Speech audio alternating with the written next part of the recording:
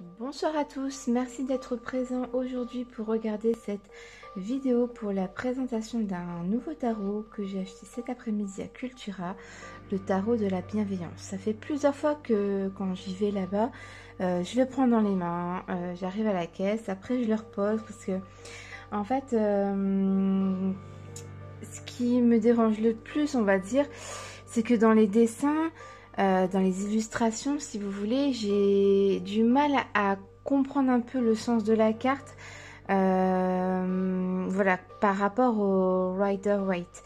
C'est, on va dire, un tarot où il faut déjà, je pense, connaître pas mal les significations des cartes en général déjà par rapport au tarot de Rider-Waite. On peut pas commencer, je pense, à apprendre un tarot avec ça. C'est un petit peu plus compliqué, je pense.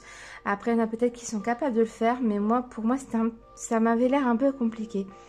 Mais maintenant que je commence à acquérir un petit peu les connaissances de toutes les cartes du tarot grâce au Rider-Waite, ben, je me suis dit, bah, pourquoi pas l'acheter. De toute façon, il est super beau. Et puis voilà, donc ça y est, je l'ai acheté cet après-midi. Donc niveau du prix, on n'est pas non plus très excessif, hein, je vous montre. On est à 26 €. Donc bon, bah, c'est raisonnable. On a 78 cartes, hein, le nombre de cartes du tarot.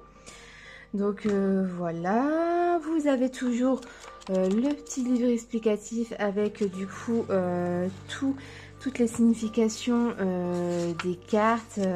Donc c'est assez court et des fois c'est pas plus mal hein, que d'avoir 3-4 pages. En fait, on abandonne au bout de 3-4 lignes. Donc c'est court mais efficace en fait. Hein. Donc voilà. Et vous avez les arcanes majeures et mineures. Vous avez vraiment le tarot complet, les explications de toutes les cartes une par une. Ensuite, donc on va voir un petit peu toutes les cartes. Donc ce sont des tranches dorées comme vous pouvez le voir. Hein. Donc très joli. C'est magnifique. Et le dos des cartes sont dans les tons un petit peu vert. Vert doré. Donc très sympa également. Donc c'est parti, on va regarder un petit peu toutes les cartes. On va commencer par les arcanes majeures. Alors attendez, hop. Ça y est, j'ai fait une photo, j'ai déjà tout mis à l'envers. C'est parti. Donc, en première, enfin, c'est le numéro 0, hein, vous avez la carte du fou. Ensuite, vous avez la carte du magicien. La grande prêtresse, pardon. L'impératrice. L'empereur. Regardez-moi comment elle est belle, cette carte.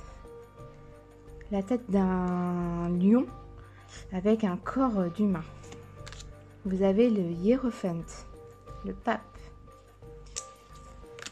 L'amour. L'amour aussi avec un lion, donc c'est original. Vous avez le chariot. La carte de la force. L'ermite. Donc des fois il est écrit avec un H, des fois il n'y a pas de H, donc ça dépend des tarots. Vous avez la roue de la fortune, la justice,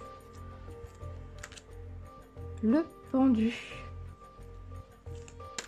la transformation. Donc ça c'est pour la carte de l'arcane sans nom, hein, ou l'amour on peut l'appeler. Alors c'est marrant qu'on utilise en fait, donc je dis elle parce que c'est une femme, hein, Colette Baron Reid.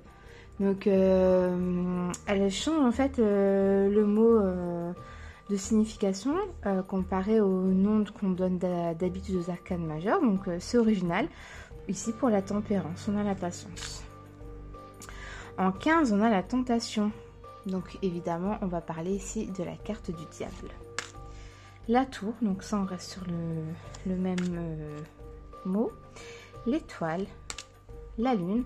Donc la lune qu'on retrouve du coup en couverture de la boîte. On a le soleil, l'appel pour le jugement. Et on a la carte du monde. Donc là, voilà les 22 arcanes majeures qu'on a déjà vues. Ensuite, on va parler de l'air. L'air, on va faire référence ici aux épées.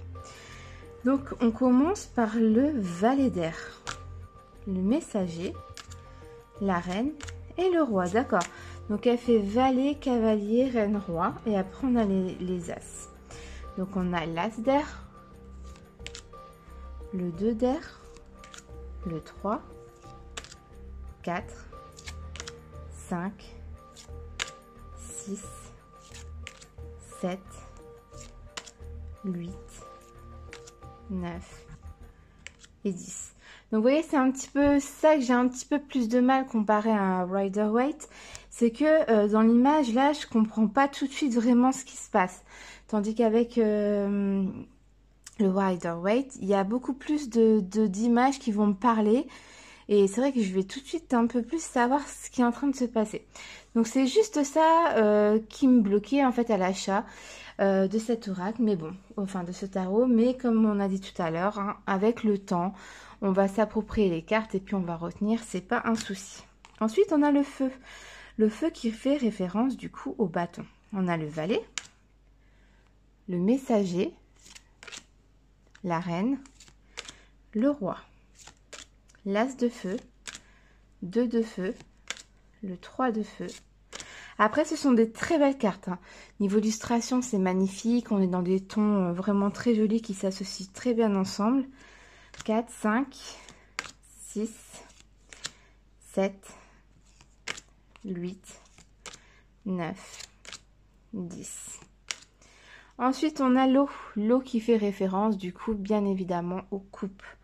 On a le valet, le messager, la reine, le roi, l'as, le 2, le 3, le 4, 5, 6, 7, 8, le 9 et le 10. Et en dernier, on va voir les deniers avec la terre. Ici, on a le valet de terre, le messager de terre, la reine de terre, le roi de terre, l'as de terre, le 2 de terre, le 3 de terre, 4, 5, 6, 7, 8, 9 et 10. Donc voilà un petit peu toutes les cartes que possède le tarot de la bienveillance. Donc c'est quand même un très beau tarot. Voilà, je suis très contente de mon achat, je regrette pas. Maintenant il n'y a plus qu'à encore plus travailler sur les arcanes, surtout mineurs, pour la signification, et après ça ira tout seul. Donc merci d'avoir suivi cette petite vidéo, j'espère que ça vous a plu. N'hésitez pas à mettre un petit aime, à partager ma vidéo, ça me fait très plaisir, et surtout à vous abonner à ma page. Je vous fais des gros bisous, bye bye.